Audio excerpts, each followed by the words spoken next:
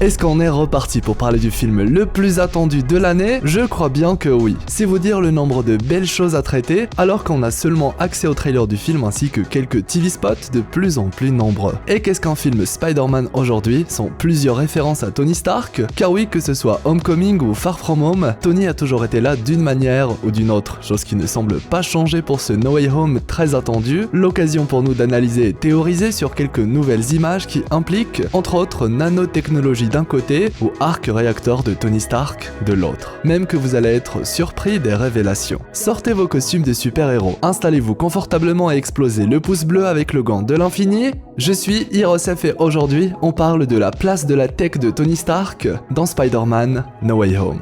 Bon visionnage. C'est désormais confirmé, toute la trilogie de Spider-Man dans le MCU possède un lien avec Tony Stark. Et c'est logique, Spidey est même à plusieurs reprises présenté comme l'héritier de Tony, et pas seulement dans les films où il est le protagoniste principal. Tony Stark et lui sont liés dès le départ, et ce lien a toujours été mis en avant dans les films de l'araignée sympa du quartier. Dans Homecoming, Tony Stark était présent par lui-même, et dans Peter à plusieurs reprises. Le Spidey du MCU a même eu son premier vrai costume par Tony Stark dans son premier film, un costume avec de la technologie Stark. Bref, en général, Tony, c'est un peu l'oncle Ben du Spidey du MCU, chose qui finit par vraiment se concrétiser avec la mort de Tony Stark, même que Far From Home a mis au centre de son intrigue la mort de Tony ainsi que le deuil de Peter. Le tout couplé comme d'habitude à de la technologie Stark, là encore via Edith, détournée par Mysterio, et on sait où tout ça a mené, révéler l'identité de Spider-Man au monde entier. Chose qui sera traitée avec ce troisième opus, le troisième de la trilogie, on l'imagine dans le premier acte du film avec le sortilège de Doctor Strange. Sauf que, du moins c'est ce que suggèrent de nouvelles images du film, la technologie de Tony Stark va de nouveau être détournée. Mais bien sûr sans pour autant en faire l'élément central du film. Élément qui lui reste les perturbations multiverselles provoquées suite au sortilège interdit. Et dans ces fameuses images, nous avons enfin l'occasion de voir Electro avec un très bon look en général, sauf que, et c'est là que beaucoup de fans ont été surpris, Electro possède un arc réacteur de Tony Stark qui semble utilisé d'une manière encore mystérieuse. Et cet arc réacteur, c'est pas n'importe lequel, c'est celui du film Iron Man 2, lorsque Tony Stark, à l'aide des recherches de son père sur le Tesseract, a réussi à recréer la structure moléculaire d'une pierre d'infinité pour en faire une source d'énergie infinie. Sa création la plus extraordinaire, celle qui lui sauve la vie en remplaçant son cœur artificiel défaillant, mais aussi l'élément qui permet l'alimentation de ses armures. Jarvis disait même qu'il s'agissait d'un nouvel élément que Tony Stark avait découvert, une découverte folle que deux Stark, père et fils, ont réussi à accomplir. Par la suite, Tony Stark se débarrasse de ce réacteur arc, pensant se vouer enfin à sa vie de famille. Mais c'était sans compter l'avènement de Thanos, durant lequel Tony Stark semblait avoir créé une nouvelle version du réacteur arc. Il avait même développé sa fameuse nanotechnologie, dont on va parler un peu plus loin. Du coup, on peut penser que quelqu'un avait fini par retrouver le réacteur arc originel de Tony Stark, si on peut l'appeler ainsi. Il me semble d'ailleurs que c'est le Mark I, mais je peux me tromper. Et cette personne l'avait gardé jusqu'à ce qu'il termine entre les mains d'Electro, à moins que ce soit ce dernier qui le trouve, mais j'en doute personnellement. En tout cas, une chose est sûre désormais, Electro, qui pour rappel ne vient pas de notre réalité, mais d'un autre monde suite au sortilège de Doctor Strange, a mis la main sur un ancien artefact, ce fameux ancien réacteur arc, et semble l'utiliser. D'ailleurs, on peut même entendre Electro dire dans le trailer, je cite, « Je ne te laisserai pas me le reprendre », et désormais on comprend de quoi il s'agissait, puisqu'il doit certainement parler du réacteur arc qu'il utilise, et que Spidey a dû reconnaître et surtout qu'il a essayé de reprendre à Electro, d'où la phrase de ce dernier. Et du coup, une nouvelle question se pose. À quoi sert le réacteur arc dans le cas d'Electro ?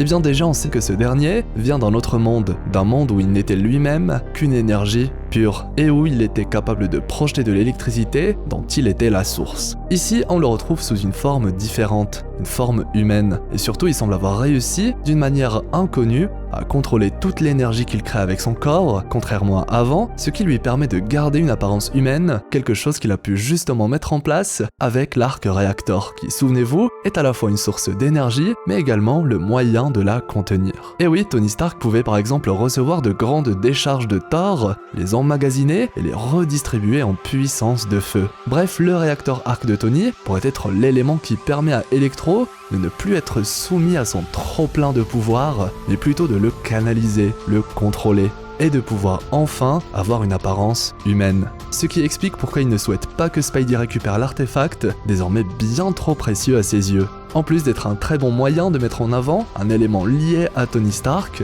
mais sans pour autant que ce soit si important que ça dans l'intrigue. J'avoue, je trouve ça très intelligent de la part de Sony et Marvel. D'ailleurs, au départ, je pensais qu'Electro avait d'une manière ou d'une autre trouvé la tombe de Tony Stark et avait volé l'arc réacteur qui se trouvait là, vu dans Endgame par exemple. Mais il s'agissait après vérification de l'ancien modèle qu'on voit dans le premier film Iron Man. Autrement dit, quelqu'un a dû retrouver ce que j'appelle le réacteur arc parfait ou originel de Tony après qu'il s'en était débarrassé. La fameuse version nouvel élément découvert. On peut d'ailleurs possiblement lier cela avec la série Hawkeye, où via le marché noir il est possible d'acquérir certains artefacts des Avengers, et oui, on voit par exemple dans le premier épisode de la série Hawkeye que l'épée de Ronin, durant la période sombre de Clint, a été vendue aux enchères, une possibilité qui pourrait être très intéressante pour l'acquisition d'un autre objet de valeur des Avengers et pas n'importe lequel, le Arc Reactor de Tony Stark. Autre technologie de Tony Stark détournée également par les vilains dans ce nouveau film Spider-Man No Way Home, c'est bien évidemment la nanotechnologie de Tony. Plus précisément l'armure de Spider-Man offerte par Tony, qui semble avoir été détournée par Octopus cette fois. Ce dernier, qui possède à la base des tentacules plutôt fines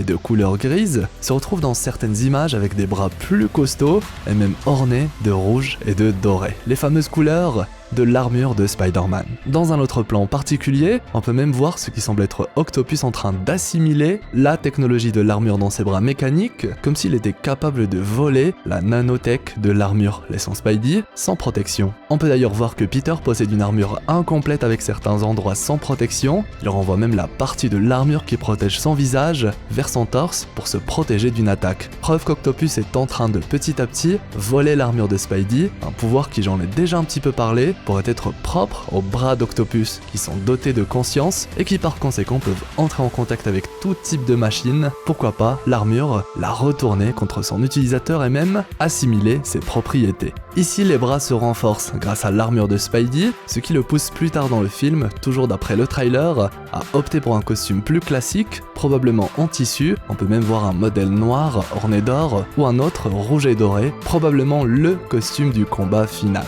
Une idée très originale pour que le Spidey du MCU ne puisse plus utiliser l'armure designée par Tony et enfin, comme ses pairs, créer son propre costume iconique, celui qui lui permettra de faire face à ses ennemis sans craindre de voir une de ses quelconques technologies être détournée ou de devenir obsolète durant le combat. Bref, devoir enfin compter que sur lui-même et ses capacités propres, chose que Tony Stark lui avait déjà précisé, c'est sur lui-même qu'il doit compter, pas sur un quelconque gadget. Il est Spider-Man, peu importe ce qu'il porte. Je pense d'ailleurs que des discussions entre les Spider-Man autour de leur figure d'oncle Ben pourraient être très intéressantes, avec un Andrew qui demande à Tom qui est ce fameux Tony Stark, et un Toby qui jalouse notre Spidey car lui n'a pas eu à livrer des pizzas pour gagner sa vie. Le genre de dialogue qui devient assez rapidement culte. Pareil pour les lance-toiles des Spidey, dans le Spider-Man de Tobey n'a pas besoin puisqu'il possède la faculté d'en créer de manière organique. Un autre grand moment à venir si on part du principe que les 3 Spider-Man seront réunis dans ce film.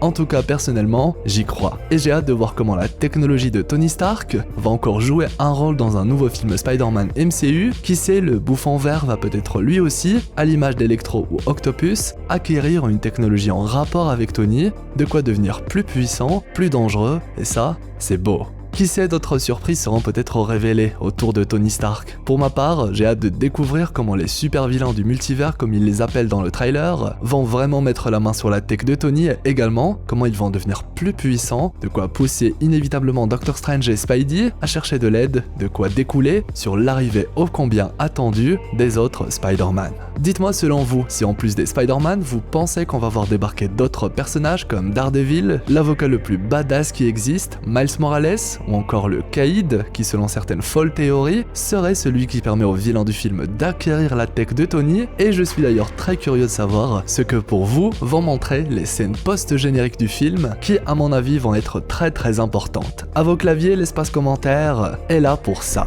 Je compte aussi sur vous pour le pouce en l'air, le fameux pouce bleu avec le gant de l'infini, ça m'aide beaucoup et m'encourage à vous faire plein de belles vidéos, et bien évidemment si c'est votre première fois sur la chaîne ou si ce n'est toujours pas fait, abonnez-vous, faites partie de l'équipage des explorateurs d'univers, avec la petite cloche pour être notifié, car en cette fin d'année, on va énormément explorer le MCU. Envie d'en savoir plus sur ce que la fin de Eternals révèle véritablement, les annotations de fin vont comme d'habitude vous renvoyer vers de belles vidéos. Quant à moi, eh bien je vous souhaite une agréable journée ou soirée, c'était Hirosef l'explorateur d'univers, pour vous servir.